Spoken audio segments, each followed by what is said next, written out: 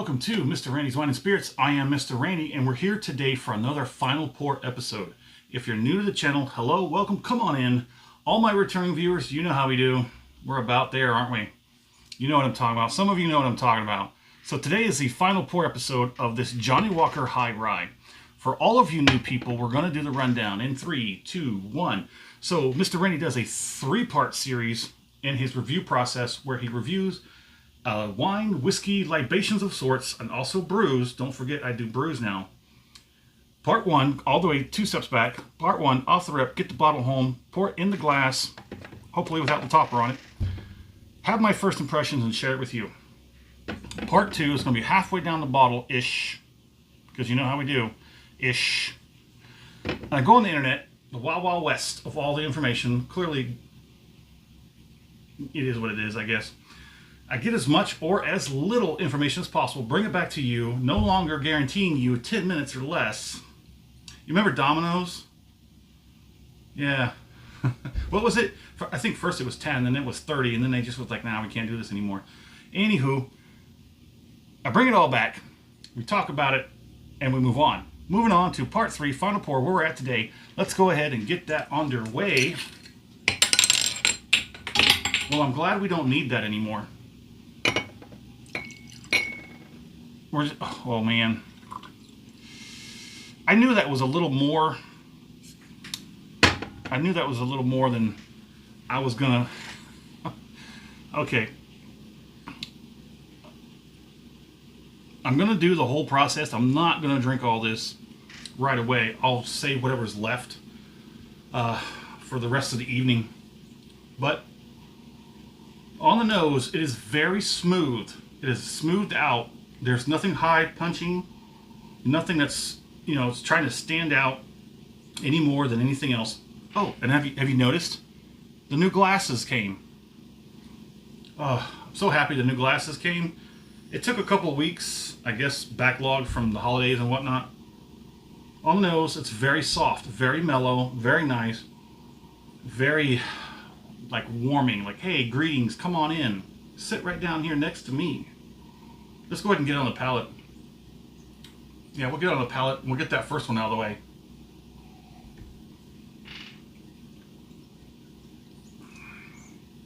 Been doing laundry for days. Somebody has been doing laundry for days. That's how they do. They do laundry like once a month and it lasts like 3 days. I'm sorry, did I give you enough of a look at that? I don't think I did. There we go. It's got some pretty decent viscosity. You can see that. I think it'll come out a little bit better once it gets on that glass. One more on the palate.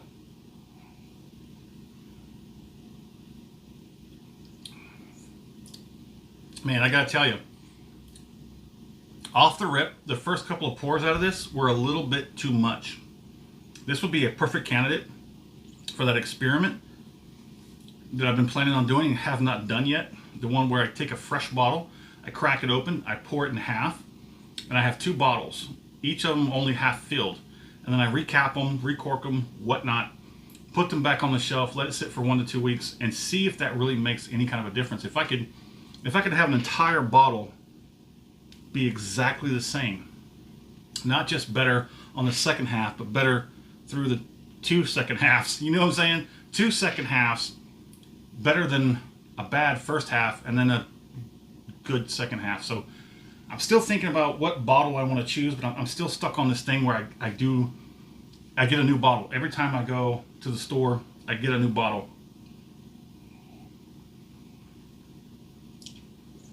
Oh yeah, the second half of this bottle is where it's at.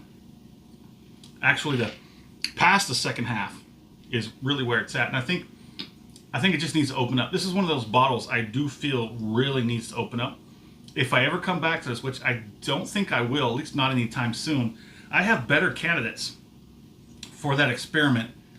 And I just haven't gotten into it yet because, like I said, there's just always something new. I always have something new planned on the horizon. There's a dozen bottles on my list right now, and the priority on those keeps shifting. I need to do more Irish, and I need to do more Japanese whiskeys. And maybe some just regular good old American whiskeys.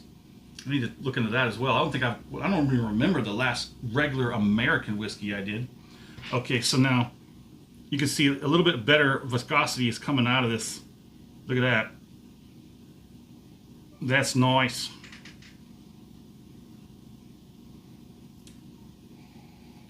That's got a wonderful nose. The nose is much, much better all the way down to the end. That's unfortunate. The palate,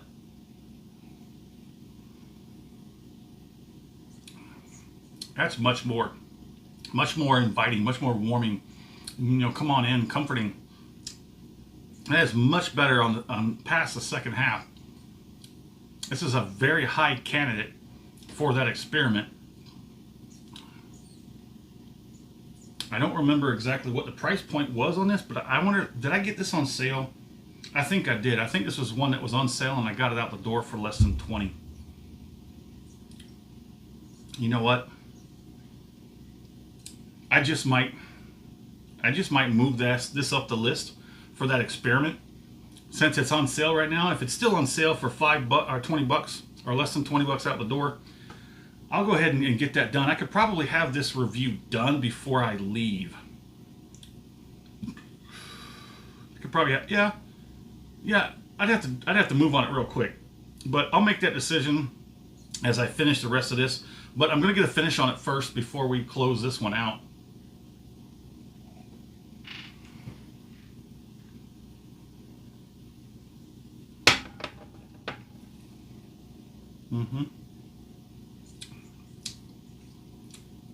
This is I think this is one of the three. This is one of the 3 bottles that I tried, especially when it's a rye. That's right. This is the 3rd bottle of rye that I tried that I didn't like the first half, that I actually kind of started to like the further I got down the bottle. You remember the Lost Monarch? The Lost Monarch from Redwood Empires. That's how I felt about that one. I did not care for it the first half of the bottle. I started to turn towards the middle part, and then that second half is where I fell in love. I love it. That Lost Monarch is very nice.